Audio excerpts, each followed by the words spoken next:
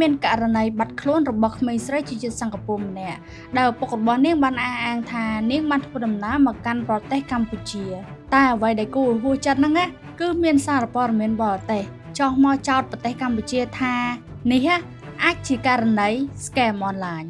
សូមគោរពជំរាបសួរប្រិយមិត្តទាំងអស់គ្នាខ្ញុំវ៉ាន់ថ្ងៃនេះផងដែរខ្ញុំសូមមកសង្ខេបករណីបាត់ខ្លួនរបស់ក្មេងស្រីជាជាតិសិង្ហបុរីម្នាក់ហើយរឿងហ្នឹងបានធ្វើឲ្យមានការភ្ញាក់ផ្អើលជាខ្លាំងនៅក្នុងបណ្ដាញសង្គមកាលពីមួយថ្ងៃមុនករណីនេះបានផ្ទុះការជជែកវែងញែកបន្ទាប់ពីឪពុករបស់ក្មេងស្រីម្នាក់ហ្នឹងបានផុសនៅក្នុងបណ្ដាញ Facebook របស់គាត់ថា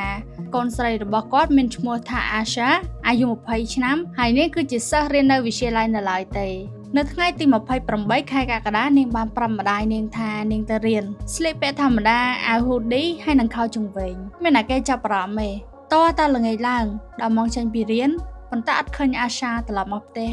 ហើយវាក៏បានคล้ายជាការប្រួយបារម្ភយ៉ាងខ្លាំងចំពោះក្រុមគ្រួសាររបស់នាងអ្នកផ្ទះនាំនេះភ័យហ្មងព្រោះពេលហ្នឹង WhatsApp ហើយនិង Telegram របស់នាងគឺ delete ចោលទាំងអស់លុបចោលទាំងអស់លេខទូរស័ព្ទក៏តាក់ទងអត់បានដែរគ្រួសាររបស់នាងក៏ចាប់ផ្ដើមតាមរកនាងតែអ្វីដែលគួរឲ្យចាប់អារម្មណ៍ពួកគេត្រឡប់ចូលមកផ្ទះវិញហើយទៅឆែកនៅបន្ទប់របស់នាងតែបាត់ប៉ាសពតទើបគេសង្ស័យថានាងអាចនឹងរត់ចេញពីផ្ទះឪពុកម្ដាយរបស់នាងក៏ចាប់ផ្ដើមឆែកឆេរនៅក្នុងកុំព្យូទ័ររបស់នាងតែអ្វីដែលគាត់ឃើញហ្នឹងគឺធ្វើឲ្យពួកគាត់ធ្លាក់ថ្នាំក្រោកតែម្ដងនោះគឺសម្បត្តិយន្តហោះនាងបានទិញសម្បត្តិយន្តហោះមកកាន់ប្រទេសកម្ពុជាហើយបើសិនជានៅក្នុងសម្បត្តិយន្តហោះហ្នឹងដែលបានបញ្ជាក់ហ្នឹងពេលល្ងាចប៉ុណ្ណេះនាងកំពុងតែទៅដល់ប្រទេសកម្ពុជាបាត់ទៅហើយពួកគេក៏បន្តឆែកឆេរកុំព្យូទ័រទៀតហើយក៏បានរកឃើញថានាងបានផ្ញើលុយទៅកាន់មិត្តភ័ក្តិរបស់នាងដែលជាជនអនាមិកអត់ស្គាល់មុខណាជាច្រើនរយដុល្លារប៉ុន្មានថ្ងៃមុននឹងនាងរត់ចេញពីផ្ទះដែលសបញ្ជាក់ថានេះគឺជាគម្រោងការរបស់នាងដែលនាងបានរៀបចំរួចជាស្រេចបើយើងទៅតាមបងប្រុសរបស់នាងបាននិយាយថាជនអនាមិកម្នាក់ហ្នឹងអាចជាមនុស្សតែមួយជាមួយនឹងអ្នកដែលលេងហ្គេមជាមួយនឹងនាងគេដឹងដោយសារតែប្អូនស្រីរបស់គេធ្លាប់បានបង្ហាញថាម្នាក់ហ្នឹងគឺលេងហ្គេមជាមួយគ្នាបានប្រហែលជាមួយឆ្នាំជាងហើយឪពុករបស់អាសាបានបញ្ជាក់ថានេះគឺជាអាកប្បកិរិយាដែលមិនប្រក្រតីពួកអីកូនគាត់អត់ដែលធ្វើអញ្ចឹងពីមុនមកទេហើយក៏អត់ដែលរត់ចោលផ្ទះដែរនាងហើយនឹងគ្រួសារមានទំនាក់ទំនងជាមួយគ្នាល្អតាំងពីដើមមកអត់ដែលមានបញ្ហាអីដែលគួរឲ្យកត់សម្គាល់ណាគាត់បានបន្តទៀតថាក្នុងនាមជាឪពុកម្នាក់គឺគាត់សុំឲ្យអ្នកគ្រប់គ្នាជួយស្វែងរកនាងផងសម្រាប់គាត់គឺគាត់គ្រាន់តែចង់ឲ្យកូនស្រីរបស់គាត់ត្រឡប់មកផ្ទះវិញដោយសុវត្ថិភាពបន្ទាប់មកឪពុកហើយនិងបងប្រុសរបស់នាងក៏ធ្វើដំណើរមកកាន់ប្រទេសកម្ពុជាដើម្បីដាក់ពាក្យបណ្ដឹងសម្រាប់ខ្ញុំផ្ទាល់ខ្ញុំក៏បានឃើញផុសនឹងដែរកាលពីមួយថ្ងៃមុនហ្នឹង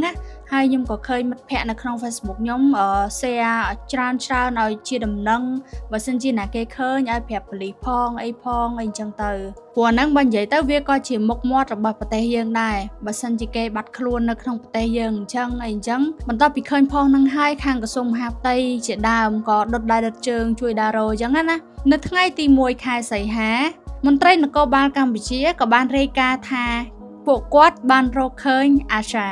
នាងស្ថិតនៅក្នុងខុនដូមួយកន្លែងហើយនាងមានសុវត្ថិភាពអាសាបានចេញវីដេអូមួយនិយាយអំពីស្ថានភាពរបស់នាង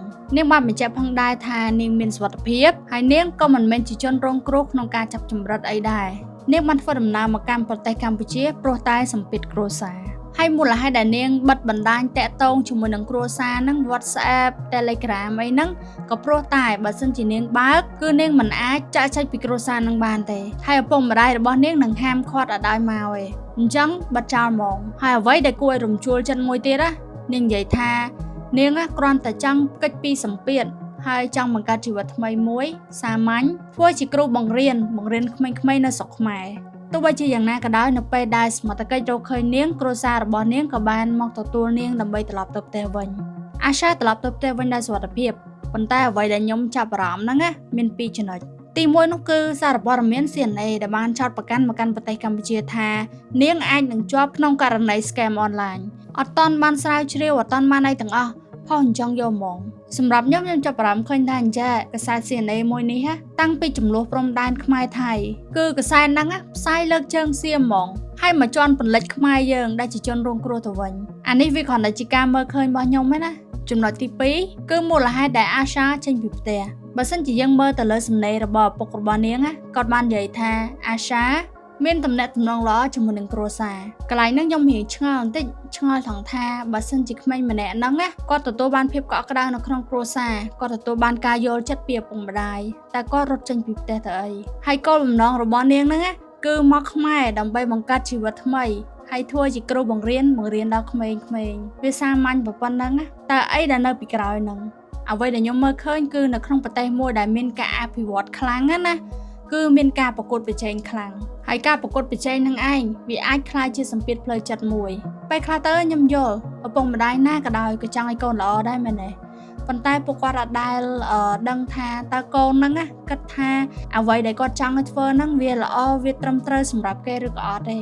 តែប៉ុន្តែបើសិនជាមានភាពកក់ក្ដៅនៅក្នុងក្រុមគ្រួសារមែនណាគួរតែបើកចិត្តនិយាយគ្នាថាកូនចង់បានអីឪពុកម្ដាយចង់បានអីសម្របសម្រួលគ្នាអាហ្នឹងហើយគឺជាភាពកក់ក្ដៅហើយនិងសុភមង្គលនៅក្នុងក្រុមគ្រួសារអញ្ចឹងរឿងរ៉ាវរបស់អាសាខ្ញុំមានតែប៉ុណ្្នឹងទេហើយខ្ញុំសូមឲ្យអ្នកទាំងអស់គ្នាជួយ Subscribe ខ្ញុំម្នាក់មួយផងដើម្បីទទួលបានវីដេអូថ្មីៗពីខ្ញុំបាយបាយ